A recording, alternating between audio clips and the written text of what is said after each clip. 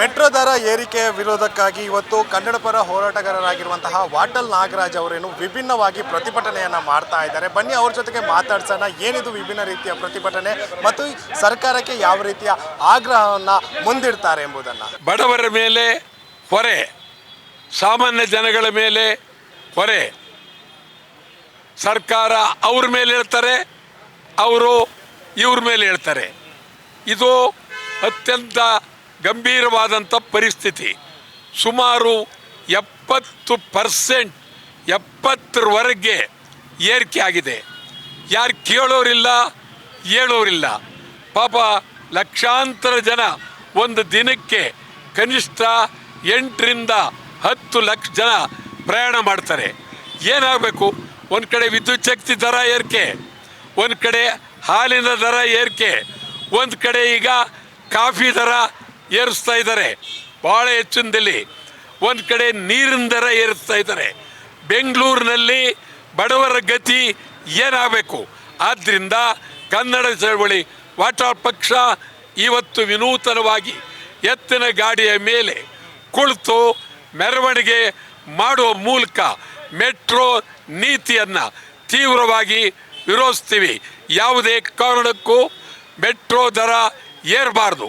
Metro ದರವನ್ನು ಇಳಿಸಲಿಲ್ಲ ಅಂತ ಹೇಳಿದ್ರೆ ಮುಂದಿನ ದಿನಗಳಲ್ಲಿ ಕನ್ನಡ ಚಳವಳಿ ವಾಟಾಳ್ ಪಕ್ಷ ಭಾರಿ ಹೋರಾಟ ಮಾಡುತ್ತೆ ಅಂತ ಎಚ್ಚರಿಕೆಯನ್ನು ಕೊಡ್ತೇವೆ.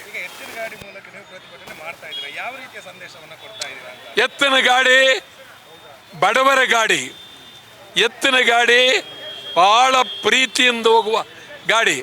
ಎತ್ತಿನ ಗಾಡಿಗೆ ತೀರಾ ಮಿತಿ ಮೀರಿದ್ರೆ ಇವತ್ತೊಂದು 10 ಪೈಸಾ 15 ಪೈಸೆ ಖರ್ಚು ಮಾಡ್ಬೋದು.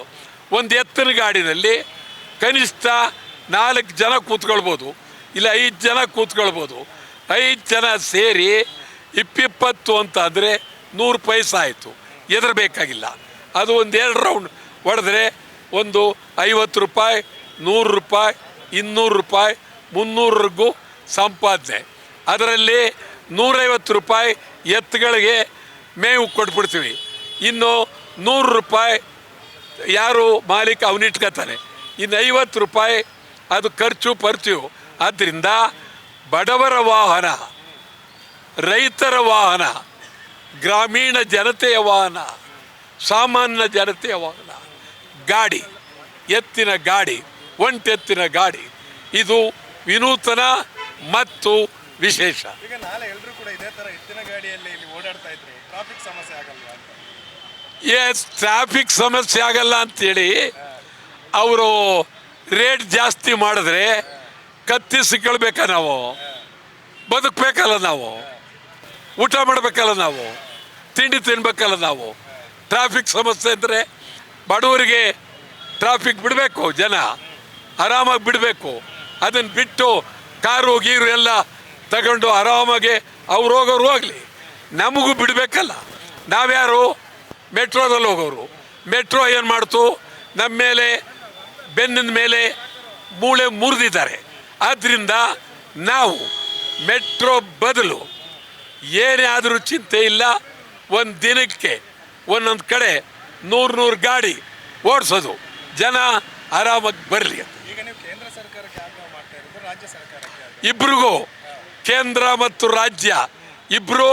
ಕೇಂದ್ರ ಅವ್ರು ಏನು ಹೇಳ್ತಾರೆ, ರಾಜ್ಯ ಅಂತಾರೆ, ರಾಜ್ಯ ಏನು ಹೇಳ್ತದೆ, ಕೇಂದ್ರ ಅಂತದೆ. ಈ ದೃಷ್ಟಿಯಿಂದ ಇಬ್ಬರೂ ಒಂದು ರೀತಿ ಭಾಳ ಅತ್ಯಂತ ನಾಜೂಕಾಗಿ ನಡ್ಕೊಳ್ತಾ ಇದ್ದಾರೆ. ನಮಗೆ ಅವೆಲ್ಲ ಬೇಡ, ರೇಟ್ ಇಳಿಸ್ಬೇಕು, ಮೆಟ್ರೋ ದರ ಇಳಿಲೇಬೇಕು.